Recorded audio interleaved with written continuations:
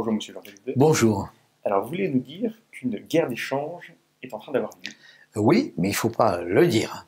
Je veux bien dire qu'il y a une guerre d'échange, mais personne ne vous le reconnaîtra. Pourquoi?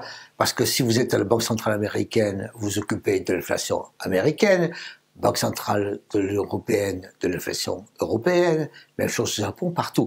Chaque banque centrale a son couloir, avec son objectif autour de 2%, et personne n'essaie d'agir sur l'autre.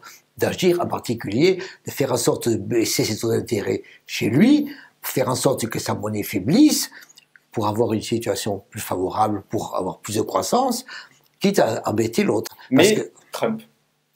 Mais Trump, lui, ne connaît pas ces règles-là.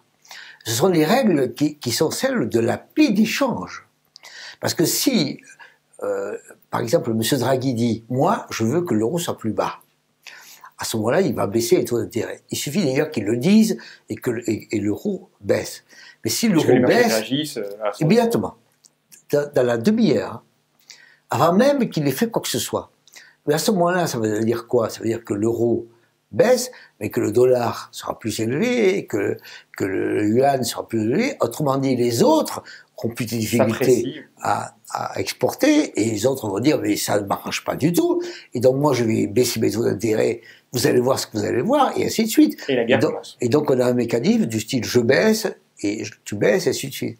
Et donc personne ne parle de ça, en faisant bien attention de ne pas, en quelque sorte, trop marcher sur les plates-bandes de l'autre. Mais, comme vous le dites, M. Trump, lui... Il ne connaît pas les règles, et donc, il s'en arrange. Et il dit, il se trouve que le dollar est trop élevé. Effectivement, il a dû tomber sur un graphique qui montre que sur 10 ans à peu près, par rapport, si je mets ici, l'euro, le dollar et le yuan, eh bien, l'euro a baissé de 20% par rapport... L'euro a baissé de 10% par rapport au dollar, et le yuan a baissé de 20%. Autrement dit, monsieur Trump dit, vous voyez bien qu'il y a une bataille qui se met en place. De fait, moi, j'ai perdu en pouvoir d'achat, j'ai perdu en compétitivité 10% par rapport à l'Europe, 20% par rapport à la Chine. Trump a toujours l'idée que lorsqu'il y a du commerce extérieur, qu'il y a un déficit du commerce extérieur, c'est du vol, et donc il a l'impression que tout ça c'est lié. Il a une conception belliciste du commerce international, belliciste de l'économie. C'est-à-dire que si je suis en déficit extérieur, c'est que vous me volez. Si votre monnaie monte, c'est que vous la trafiquez. Si ma monnaie monte par rapport à la vôtre, c'est que vous agissez. Vous magouillez votre monnaie. Et c'est toujours pareil. C'est-à-dire que rien pour lui n'est lié à des mécanismes de marché. Et donc, ce qu'il propose, ce qu'il dit, moi, je vais faire baisser le dollar et vous allez voir ce que vous allez voir. Vous, les Européens, et vous, les Chinois. Et comment je vais faire?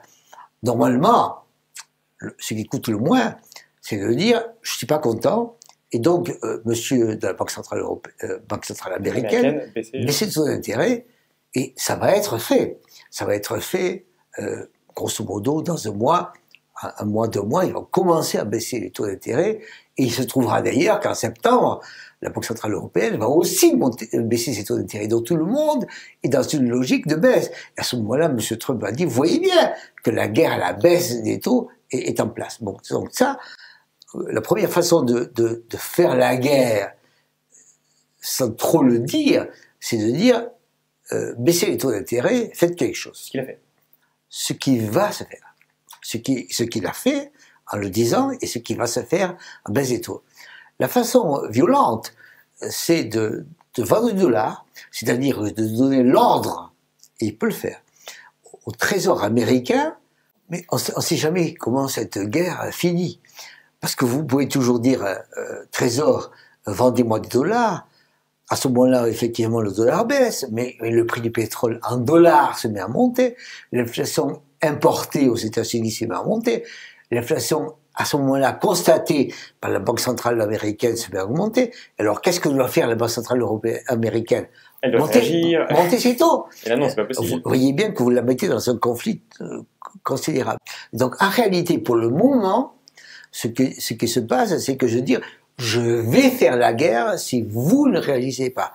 Et on sait Méthode très pleine. mais on sait très bien que ça ne marche pas. Ce qui se passe, c'est que quand vous commencez à lancer des messages, des guerres d'échange, tout le monde sait où ça commence, personne ne sait où ça finit. Et ça finit toujours par moins de croissance, plus d'inquiétude, plus de chômage, et donc plus d'interrogations générales. Faisons très attention à ça.